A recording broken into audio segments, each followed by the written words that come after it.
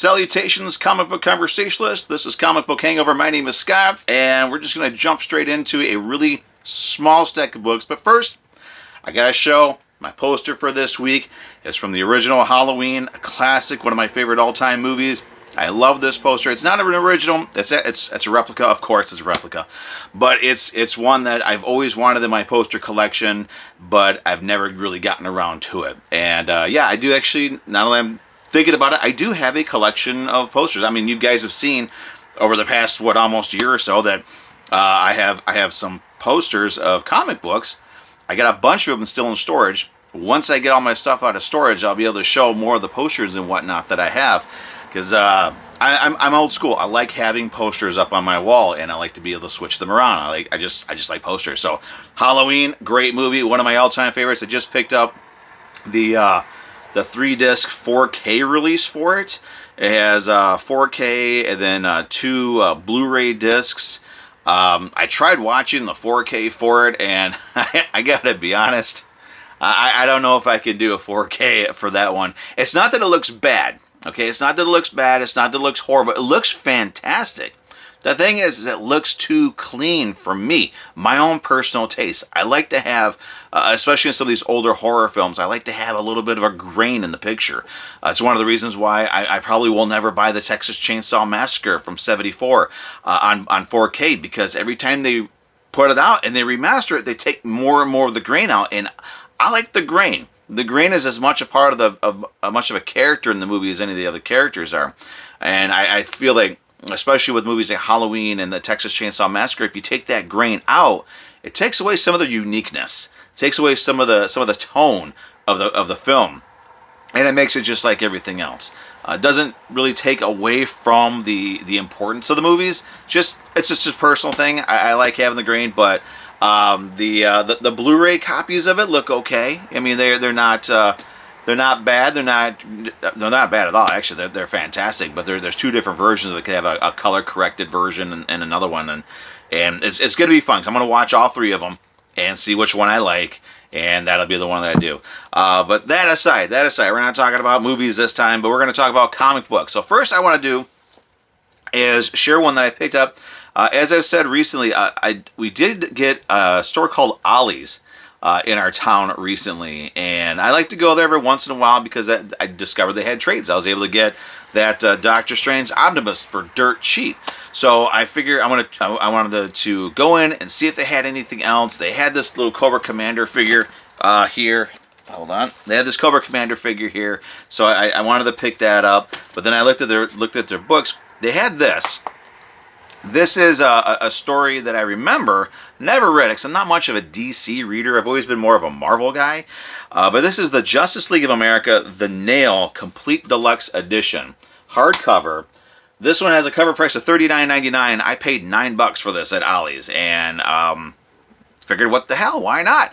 It's a story that, if I remember right, I could probably read the back of it and know if I'm right or not. But if I remember correctly, this one, it's sort of like an Elseworld story, like a what if, where what if the Kents weren't in the right spot at the right time to get Clark Kent, to get Kal-El, and there was no Superman. If there was just one nail, a nail had blown out one of their tires, and they weren't at the right spot at the right time to get Kal-El. What if that nail changed the course of DC Universe history? And this is basically what if, world without a Superman. So I do want to check that out. I'm very, very, very curious about it. Now moving on to my comic books that I picked up this week. We got, of course, a facsimile. I want to go back and find out how many weeks this year I have not picked up a facsimile, because I seem like I get a facsimile every week. But this is Hawkman number 4 from DC. This is the first appearance of Zatanna. She's an interesting character. I do like this cover. I don't know what it is about this cover that I like, but I do really, really like this cover. So I got that one. From Skybound, Void Rivals number 13. Now this is another one of those that had numerous covers. Whoa.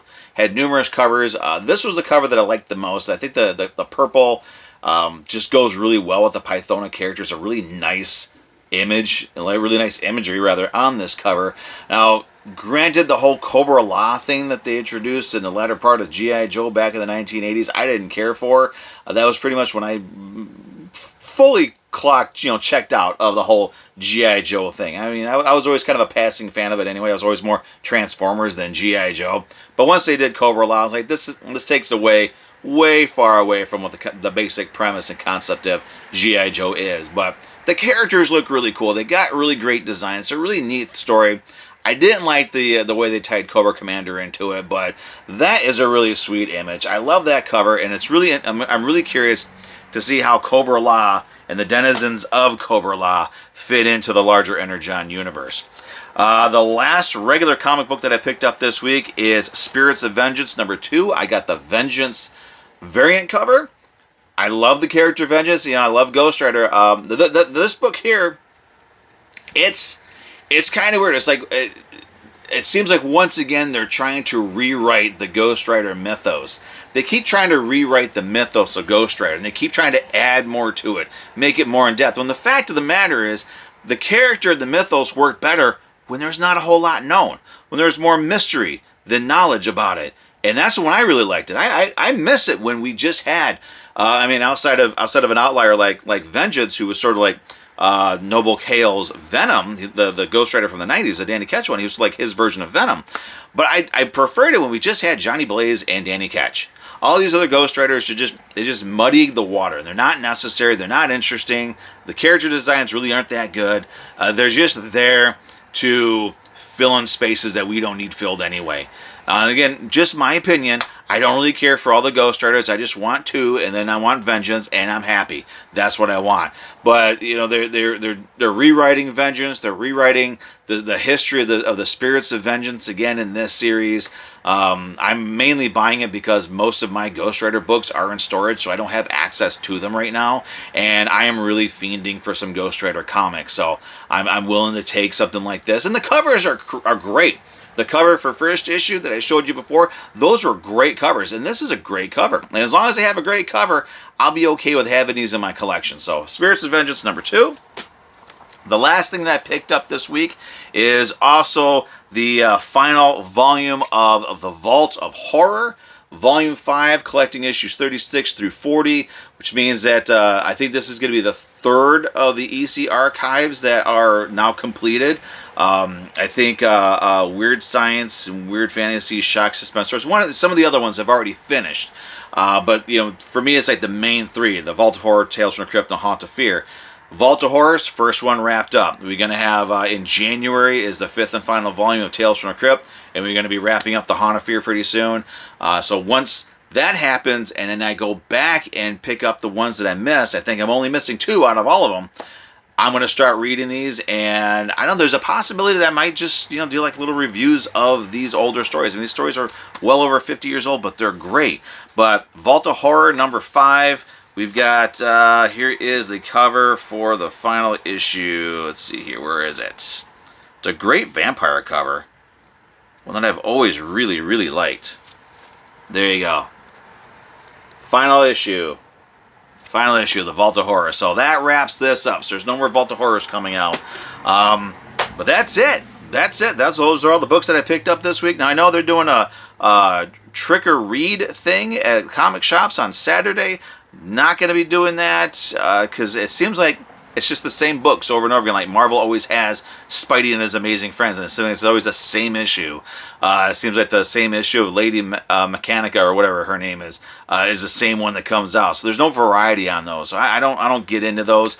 But by all means, if there's something interesting you want to check out, go down to your local comic shop, check those out, and check out the other books. A lot of these shops will have sales as well. So it's a good opportunity to get down there, try out something new, something different, and check out your local comic shop. So don't let my disinterest in it dissuade you at all. I mean, by all means, go.